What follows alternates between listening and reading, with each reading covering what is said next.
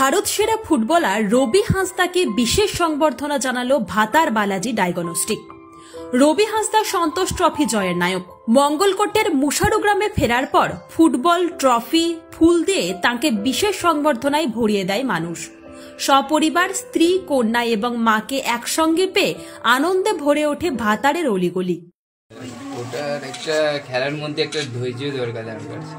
সেই মুহূর্তটা আমাদের টিমের মধ্যে একটা ছিল, ওই আমাদের বাংলা টিমের মধ্যে একটা ছিল, সেই ধৈর্যটা ছিল বলে আমরা সফলতা পেয়েছি। হ্যাঁ, আশাবাদী ছিলাম ফার্স্ট শুরু থেকে, যেখান থেকে কল্যাণ থেকে স্টার্ট করেছিলাম সেই দিন থেকে আমাদেরকে স্যার একটা মাথায় ঢুকিয়ে দিয়েছিল, কোনো ম্যাচেও এমনি লুজ হবে না, সব ম্যাচই টাফ হবে। আর তখনই ঢুকিয়ে দিয়েছিল চ্যাম্পিয়ন হতে হবে।